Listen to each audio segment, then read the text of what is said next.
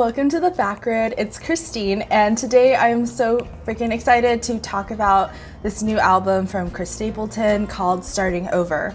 I am not shy to say that Chris Stapleton is one of my favorite artists ever, along with Tyler Childers and Eric Church.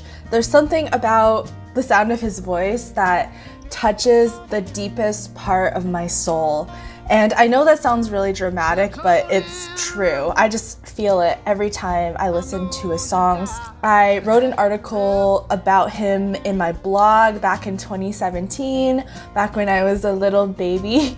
Just kidding, I wasn't a baby, like metaphorically.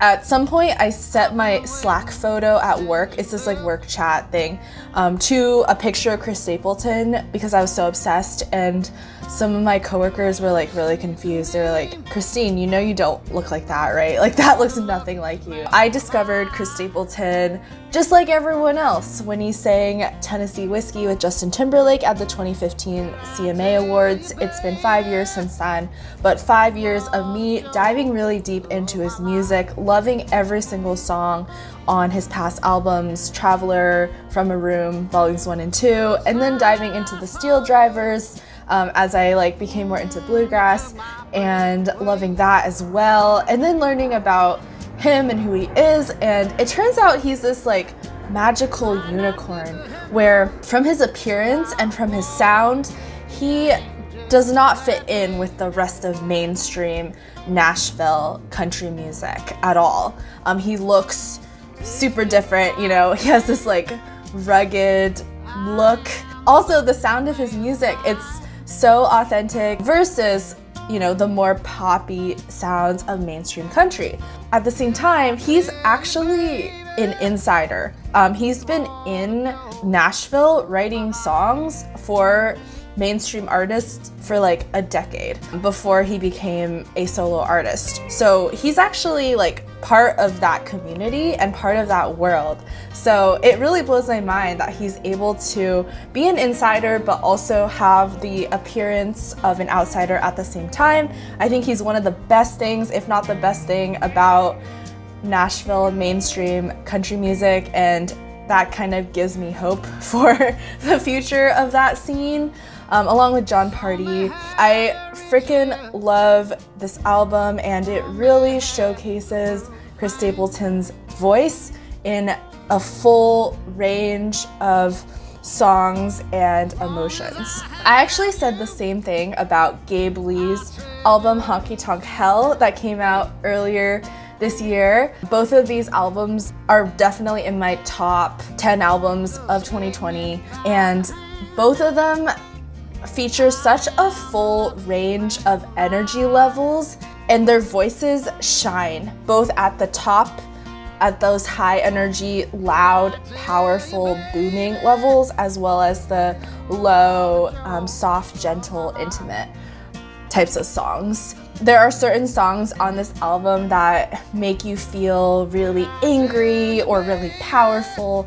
You feel like a badass. It makes you want to get up and dance and have a good time. And then there's other songs on this album that are really soft and gentle and intimate and subdued and make you really introspect and feel joy and peace and gratitude. I'm just a sucker for an album as a whole that features a lot of variety. It keeps it really interesting to listen to, and this album for me definitely does that. I feel like there's something for every single possible mood I could be in. So let's dive into each song.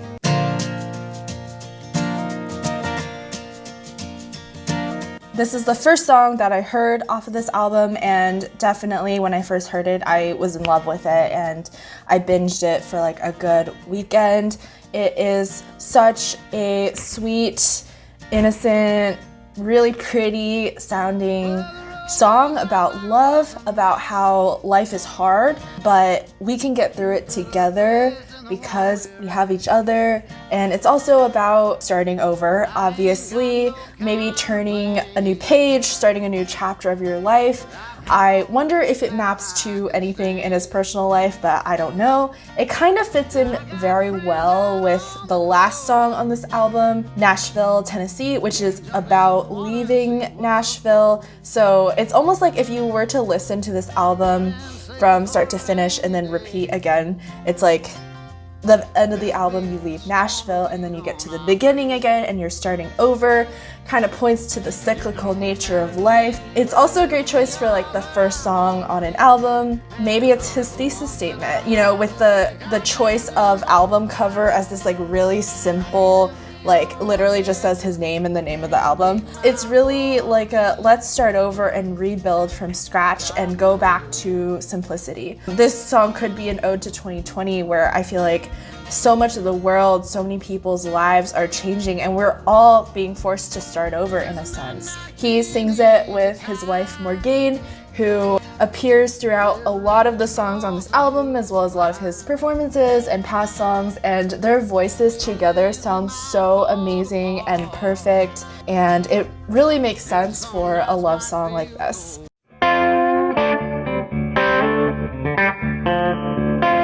The song is really, really fun. I love that like tough, angry, powerful energy. It reminds me of Outlaw State of Mind, which is from his first album, Traveler, I believe, which is one of my favorite songs. I remember that was one of the first songs I really liked that was in the style of Southern rock. And I remember really resonating with that and how different it was from the rest of my music taste at the time.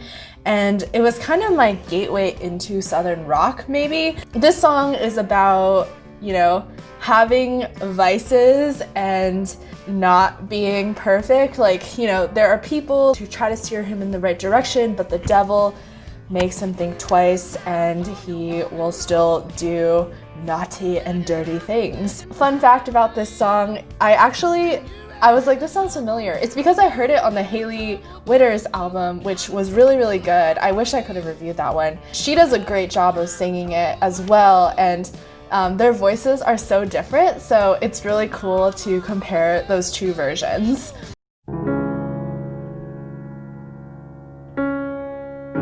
So this next song is called Cold, and I would say instrumentally this deviates the most from country and from the rest of the album, because you have this orchestra of strings and piano, and to me this song is really, really like dramatic, maybe borderline overly dramatic for me. It kind of reminds me of a movie soundtrack, but it's cool. I do really like the emotional buildup. Like, it starts out slow and it just builds up in passion and intensity. My favorite part is when the electric guitar, I think, solo comes in. It's just about the feeling of losing a lover and the heartbreak that comes with that. Like, why'd you have to be so cold? And he really belts that out with so much passion and intensity. So I think a lot of people will like this song outside of country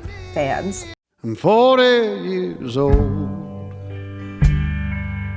So When I'm With You is probably one of my favorite songs on this album. It is a beautiful, slow waltz that is simultaneously like existential and depressing and hopeful and uplifting at the same time, which I really love. That's like my kind of song. Chris Stapleton is saying, like, I'm getting older and I've seen all this stuff and I feel like I have all these dreams that will never come true, and life is hard, you know? There might not be anything at the end of the rainbow, but you make me feel so happy and you make me feel like all my dreams have come true. And I think that's such a beautiful sentiment. And once again, he sings it with his wife, which makes so much sense for a love song. And the line that really resonates with me is, I got a good job and I'm thankful to be working when so many good people are not. That feels so real for 2020, and that definitely hit me.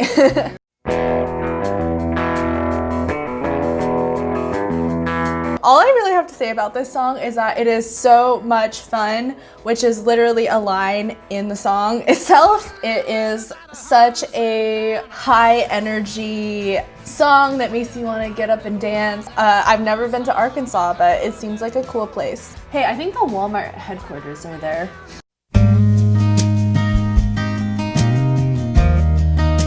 So this is another really beautiful, slower love song. It's very soft and acoustic and gentle and intimate. It is actually a cover and is originally by John Fogerty of Creedence Clearwater Revival. However, it sounds like such a Chris Stapleton song. He makes it his own. It reminds me a lot of Millionaire off his past album, and it is just a beautiful, sweet, innocent love song. Borderline cheesy, but it's still acceptable, and I still really like it.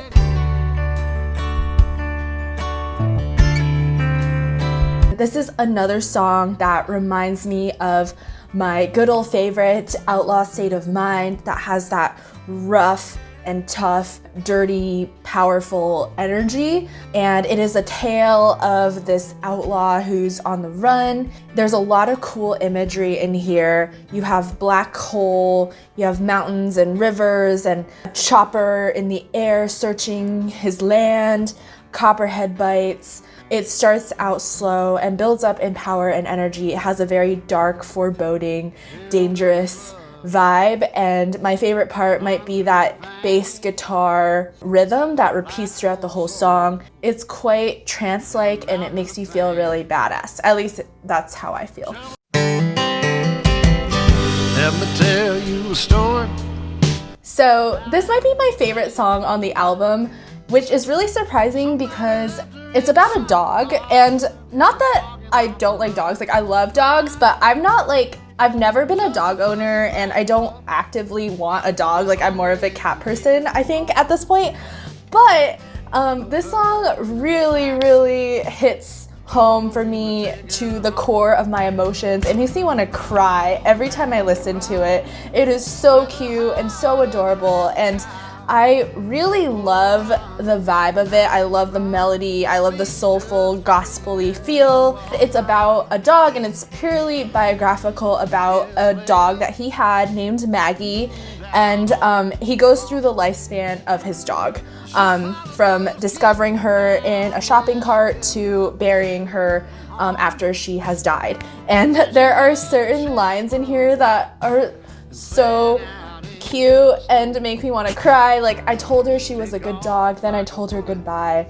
Or, I never knew me a better dog, and I guess I never will. So it's like surprising to me that the song that I connect with emotionally the most is this one. I've never even had the experience of having a dog, but I feel like I know what it's like after listening to this song, and I think it's just so beautiful. And the image of a dog just like running free through the meadows, I love it.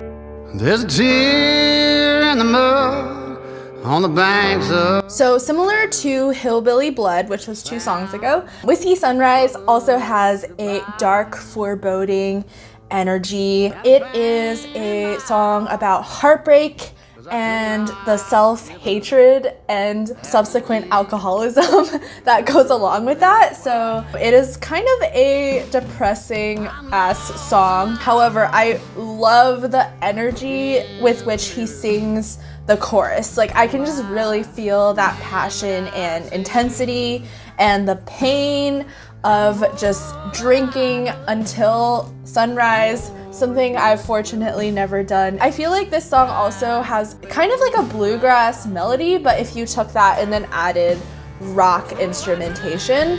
So yeah, I really like this song.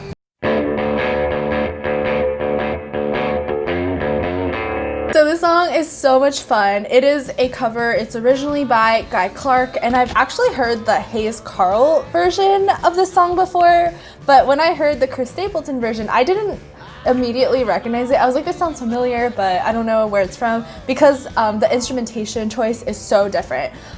For this version, for Chris Stapleton's version, it is very high energy Southern rock, And I love this song because it's about weed. And if you didn't know already, I'm trying to like carve my internet niche on YouTube as like the girl who talks about country music and weed. I've made 2 whole videos on it. So I wish I could have included this song. Maybe I'll include it in my next weed video. But this song is just so much fun. The message is very simple. The world is a fucked up place and I just want to escape to where all my worries can be gone.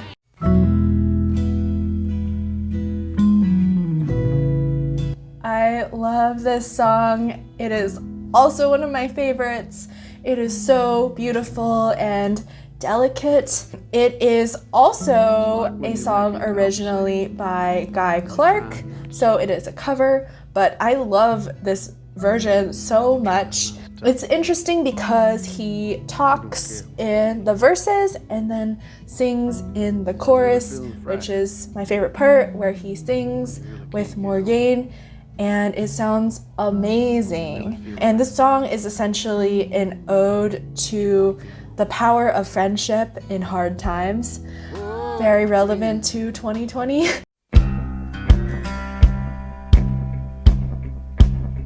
Now we get to the angriest moment in the album. This song is going to make your blood boil, and it is about the 2017 mass shooting that happened at the Route 91 Harvest Music Festival on the Las Vegas Strip, where this dude from a hotel room shot into a crowd, and it was the deadliest mass shooting in modern US history. It is very angry, which makes sense in the way it sounds, and you have this choir coming in at the end, which really creates this like peak emotional intensity. It is a cautionary tale to all past and future mass shooters and terrorists. You're gonna get what you deserve. So I think this is a very interesting song because I haven't heard a song that is so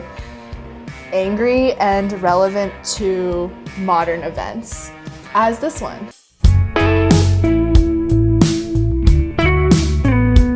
So this is probably my least favorite song on the album, both for its instrumentation and its subject matter. So it's a song about temptation from an old lover, like, you should probably leave right now because we know what's gonna happen, and then he wakes up in the morning next to her. Also, the instrumentation, it's almost poppy, it's kind of R&B-y. It actually sounds like something I could imagine hearing on country radio sung by like someone else, but I didn't really vibe with this song.